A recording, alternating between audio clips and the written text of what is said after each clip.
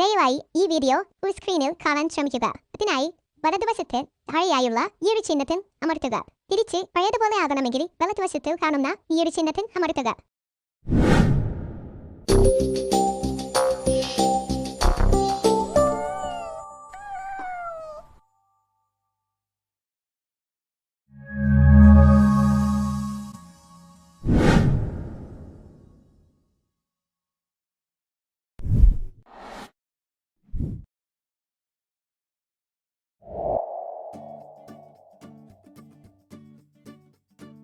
ഇന്ന് നമ്മൾ പറയാൻ പോകുന്നത് വാട്സപ്പിലെ 3 പുതിയ ഫീച്ചേഴ്സിനെ പറ്റിയാണ്. നമുക്ക് ആദ്യത്തെ എന്താണെന്ന് നോക്കാം. അപ്പോൾ നമ്മൾ വാട്സപ്പ് ഓപ്പൺ ചെയ്യാൻ വെച്ചിട്ടുണ്ടെങ്കിൽ അതിൽ ഏറ്റവും മുകളിലായിട്ട് ഒരു 3 ഡോട്ട്സ് ഉണ്ടാവില്ലേ. അപ്പോൾ അതിൽ ക്ലിക്ക് ചെയ്യാൻ വെച്ചിട്ടുണ്ടെങ്കിൽ നമുക്ക് സെറ്റിങ്സ് എന്ന ഓപ്ഷൻ കിട്ടും. അതിൽ പോയിട്ടുണ്ടെങ്കിൽ നമുക്ക് സ്റ്റോറേജ് ആൻഡ് ഡാറ്റ എന്ന് പറഞ്ഞ ഓപ്ഷൻ കാണാം. അത് സെലക്ട് ചെയ്യാം. അതിൽ നമുക്ക് മീഡിയ അപ്ലോഡ് ക്വാളിറ്റി എന്നൊരു ഓപ്ഷൻ കാണാം. അതിപ്പോൾ ഡിഫോൾട്ടായിട്ട് കിടക്കുന്നത് സ്റ്റാൻഡേർഡ് ക്വാളിറ്റി എന്നാണ്. അതായത് നമ്മുടെ വാട്സപ്പിൽ കുറച്ച് നാൾ മുന്നേ ഒരു ഓപ്ഷൻ വന്നിട്ടുണ്ടായിരുന്നു. അപ്ലോഡ് ചെയ്യണ ഇമേജ് ആയാലും വീഡിയോ ആയാലും നമുക്ക് HD ക്വാളിറ്റിയിൽ, അതായത് വാട്സപ്പിലത്തെ ഒരുവിധം HD ക്വാളിറ്റിയിൽ നമുക്ക് അപ്ലോഡ് ചെയ്യാനായിട്ട് സാധിക്കും. പക്ഷെ അത് നമ്മൾ സെലക്ട് ചെയ്താൽ, അതായത് അപ്ലോഡ് ചെയ്യുന്ന സമയത്ത് സെലക്ട് ചെയ്താൽ മാത്രമായിരിക്കും അതിനുള്ള ഓപ്ഷൻ കിട്ടുമായിരുന്നുള്ളൂ. അപ്പോൾ നമുക്ക് ഇതിൽ ഈ മീഡിയ അപ്ലോഡ് ക്വാളിറ്റി എന്നത് ഈ സ്റ്റാൻഡേർഡ് ക്വാളിറ്റി എന്ന് മാറ്റിയിട്ട് നമുക്ക് വേണമെങ്കിൽ HD ക്വാളിറ്റി ആക്കി കൊടുത്തിട്ടുണ്ടെങ്കിൽ പിന്നെ നമ്മളൊരു ഇമേജോ അല്ലെങ്കിൽ വീഡിയോ അപ്ലോഡ് ചെയ്യുന്ന സമയത്ത് ഓട്ടോമാറ്റിക്കലി ആ HD എന്ന് പറഞ്ഞ ഓപ്ഷൻ ടിക്ക് കിടക്കുന്നുണ്ടാവും. അതായത് ഇനി മുതൽ അപ്ലോഡ് ചെയ്യുന്ന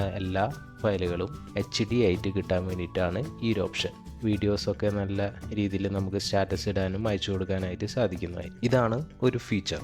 അടുത്തത് എന്ന് പറയാൻ വെച്ചിട്ടുണ്ടെങ്കിൽ നമുക്ക് വീഡിയോയിലുള്ള ഒരു ഓപ്ഷനാണ്. അതായത് ഒരുവിധം ആൾക്കാരൊക്കെ നമ്മുടെ അടുത്തില്ലാത്ത ആൾക്കാരൊക്കെ കോൺടാക്ട് ചെയ്യാൻ വേണ്ടിയിട്ട്, അതായത് അകലങ്ങളിലേക്കൊക്കെ വിളിക്കാനായിട്ട് സുഹൃത്തുക്കളായാലും റിലേറ്റീവ്സ് ആയാലും നമ്മൾ വാട്സപ്പിൽ വീഡിയോ കോൾസ് ചെയ്യാറുണ്ട്. ഈ വീഡിയോ കോളിൽ പുതിയൊരു ഓപ്ഷൻ കൊണ്ടുവന്നുണ്ട്. അതെന്താണെന്നാണ് അടുത്ത് പറയുന്നത്. അതായത് വീഡിയോ കോൾ ചെയ്യുന്ന സമയത്ത് നമുക്ക് ഏറ്റവും താഴെയായിട്ട് ഒരു ഫോണിൻ്റെ ഐക്കണിൽ ഒരു ലെഫ്റ്റിക്ക് ഒരു ആരോ, അതായത് ഒരു ഷെയറിൻ്റെ ഒരു ഐക്കണാണ് അത് വരുന്നത്. അങ്ങനെ ഒരു ഓപ്ഷൻ കാണാം. അതെന്തിനാന്ന് വെച്ചിട്ടുണ്ടെങ്കിൽ വിളിക്കുന്ന ആളുടെ സ്ക്രീൻ ഷെയർ ചെയ്യാനുള്ളൊരു ഓപ്ഷനാണ്. ഇത് മുഖേന നമുക്ക് ആ ഒരാളുടെ, അതായത് വിളിക്കുന്ന ആളുടെ മൊബൈൽ സ്ക്രീനിൽ എന്തൊക്കെയാണോ അതൊക്കെ നമുക്ക് കാണാനായിട്ട് സാധിക്കും. ഇപ്പോൾ പലരും ഫോണിൽ ഇന്നൊരു പ്രശ്നമുണ്ട്, അല്ലെങ്കിൽ ഗൂഗിൾ പേ ചെയ്യണം, അല്ലെങ്കിൽ ഇന്ന ആപ്പിൽ ഇന്ന കാര്യങ്ങളൊന്നും വർക്ക് ആവില്ല, അങ്ങനത്തെ ഓപ്ഷൻസ് ഒക്കെ ചോദിക്കുമ്പോൾ നമുക്ക് ചിലപ്പോൾ കറക്റ്റായിട്ട് പറഞ്ഞു കൊടുക്കാൻ സാധിക്കില്ല.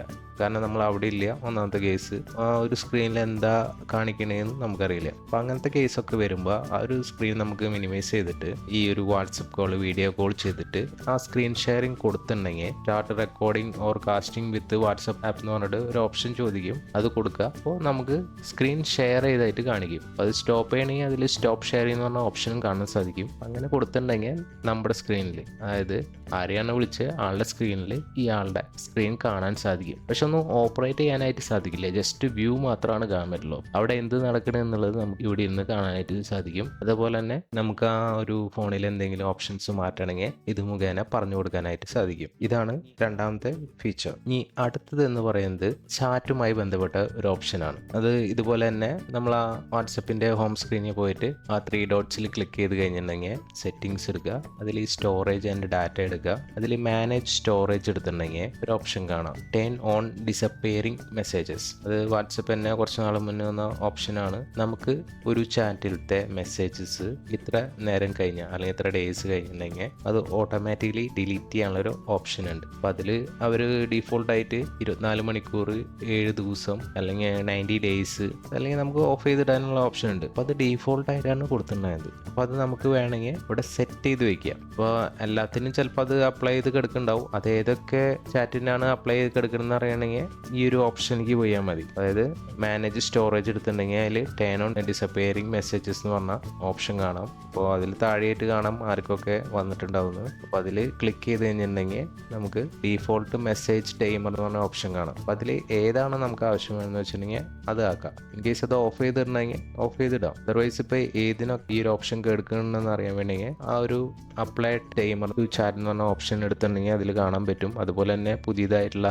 ചാറ്റുകൾക്ക് അങ്ങനെ ഒരു ഓപ്ഷൻ വേണമെങ്കിൽ ഇത് മുഖേന നമുക്ക് സെലക്ട് ചെയ്തിട്ടുണ്ടെങ്കിൽ അതിലേക്ക് അത് അപ്ലൈ ചെയ്യാനായിട്ട് സാധിക്കും. ഇതാണ് 3 ഫീച്ചേഴ്സ്.